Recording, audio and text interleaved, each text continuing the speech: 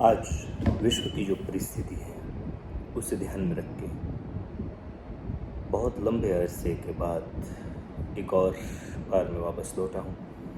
वो इसलिए क्योंकि जो परिस्थितियाँ हैं उसमें हर राष्ट्र के लिए जोखिम भरी परिस्थितियाँ खड़ी हो रही हैं दिन ब दिन।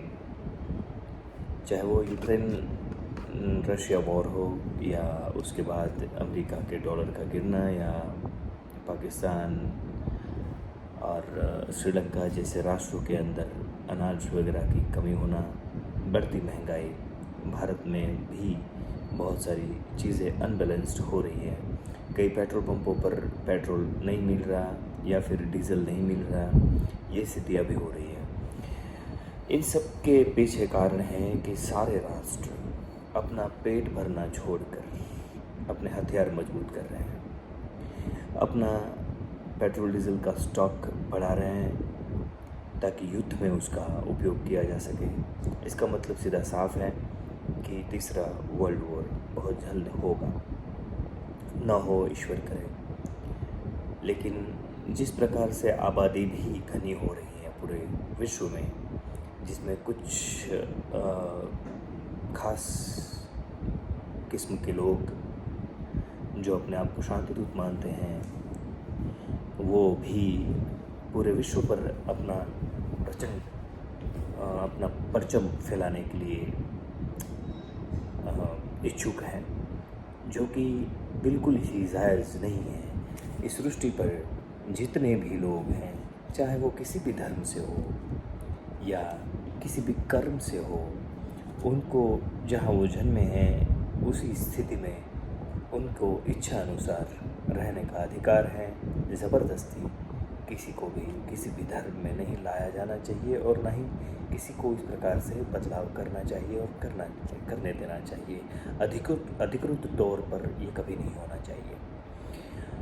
इन सब चीज़ों से आगे बढ़कर जो स्थिति पूरे विश्व में है, उसमें कुछ खास राष्ट्रों की वजह से, कुछ खास राष्ट्रों ने जो कुछ भी आजकल फैला रखा है पूरे विश्व में, अपने आप के शक्तिशाली होने का सबूत देने के लिए या अपना झंडा ऊंचा रखने के लिए, या वो विश्व गुरु हैं ऐसा पूरी दुनिया को दिखाने के लिए, नाम आपको पता है किन राष्ट्रों की मैं बात कर रहा हूँ।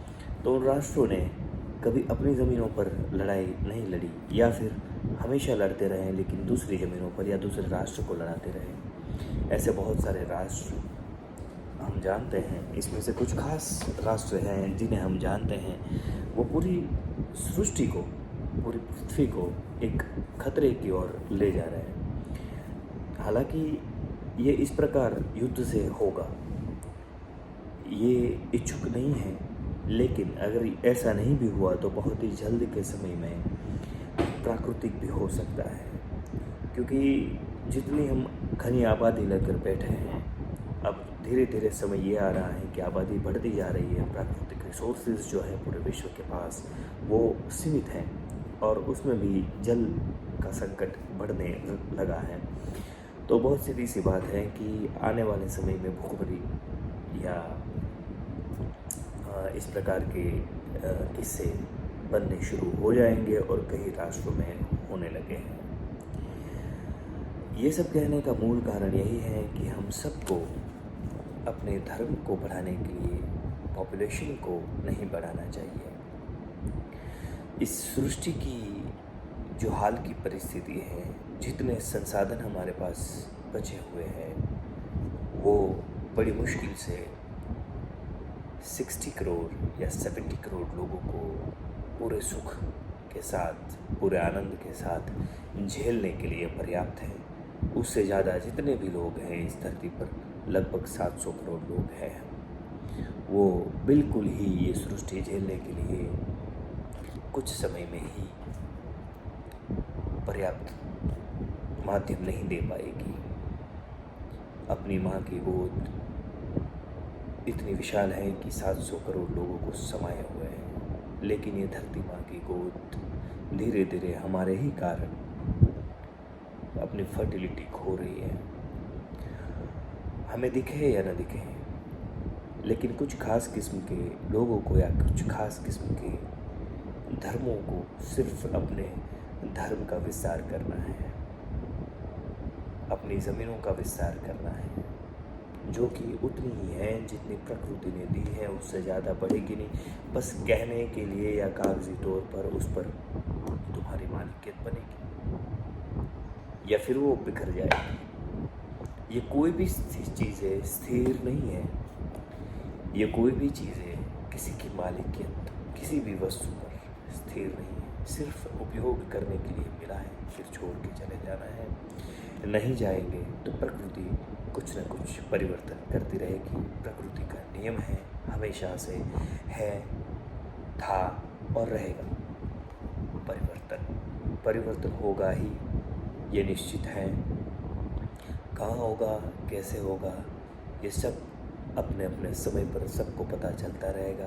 कोई भविष्यवेता अपनी भविष्यवाणी करे या न करे, कोई व्यक्ति इसके बारे में खोजबीन करे या न करे, लेकिन ये होगा ज़रूर। लेकिन इस सृष्टि को शांति से जीने के लिए अध्यात्म की कोई ज़रूरत नहीं है, किसी धर्म की कोई ज़रूरत नहीं है। ज़रूरत है तो सिर्फ ध्यान की, अपने भीतर जाने की। और वही लोग इन आपातकालीन स्थितियों में स्थिर रह पाएंगे जो भीतर से शांत होंगे, जिनके चित्त मजबूत होंगे और जिनके चित्त ध्यान मग्न होंगे। बाकी सबको नष्ट हो जाना है, इसलिए कि डर भय उन्हें ख़त्म कर देगा, और ख़त्म इस तरह से करेगा कि आने वाले कई युगों तक वो भयभीत आत्माएं जन्म भी न लेंगी।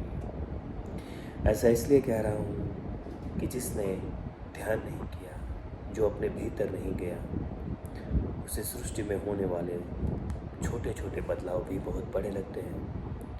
जबकि ये बदलाव इतने बड़े लगेंगे, इतने बड़े होने वाले हैं कि वो आफत की तरह दिखेंगे, आफत की तरह टूटेंगे, और जो स्थिर नहीं है वो उसे झेल नहीं पाएंगे, और फिर अप्राकृतिक तौर पर उनके बहुत सारे हृदय रोग या ब्लड प्रेशर या किसी भी प्रकार के रोग, या ऐसा नहीं हुआ तो भय के कारण, या फिर ऐसा नहीं हुआ तो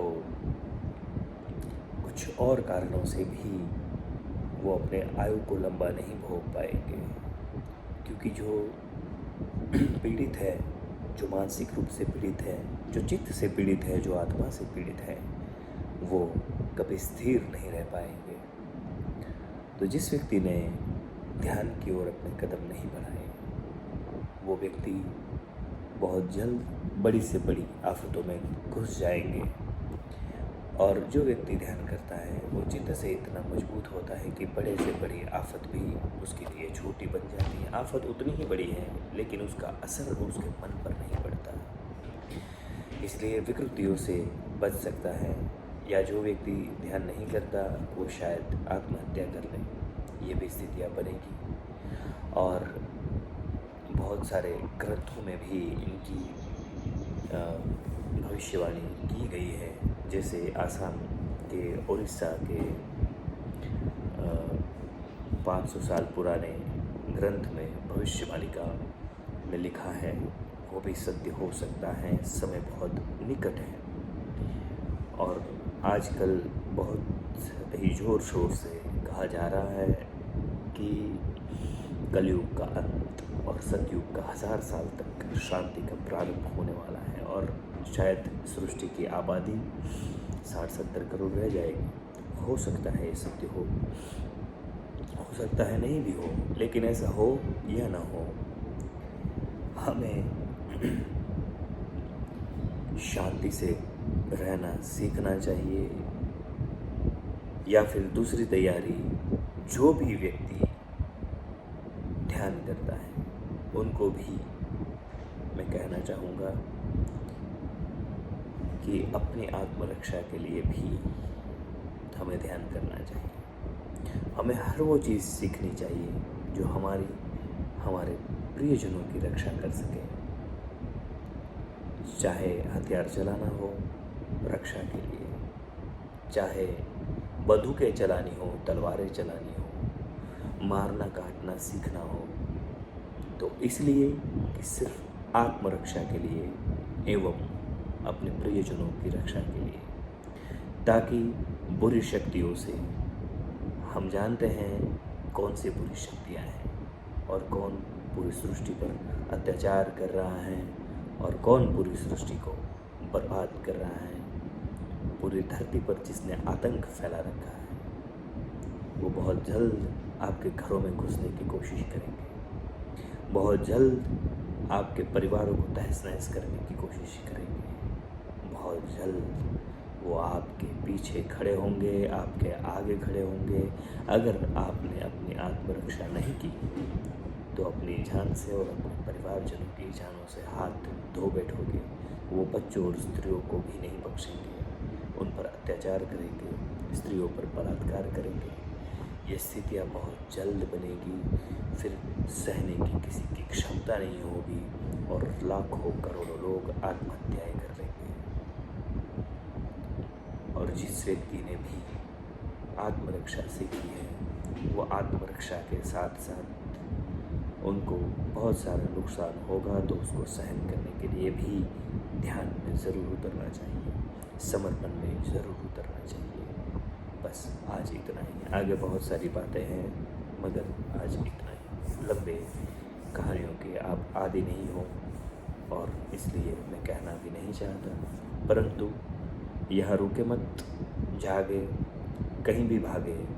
आपके आसपास हज़ारों लाखों जगह ऐसी मिल जाएगी, कोई न कोई ऐसे मिल जाएंगे जो ध्यान करते हैं, कराते हैं या उस मार्ग पर आपको ले जाते हैं। इसलिए आखिर में नमस्ते और नमस्कार के साथ मैं आपको कहना चाहूँगा कि ऐसी जगह ज़रूर ढूंढ लीजिए जहाँ आत्मरक्षा की शिक्षा दी जाती हो, जहाँ पर ध्यान की शिक्षा दी जाती हो, अपने मन को शांति देने की शिक्षा दी जाती हो।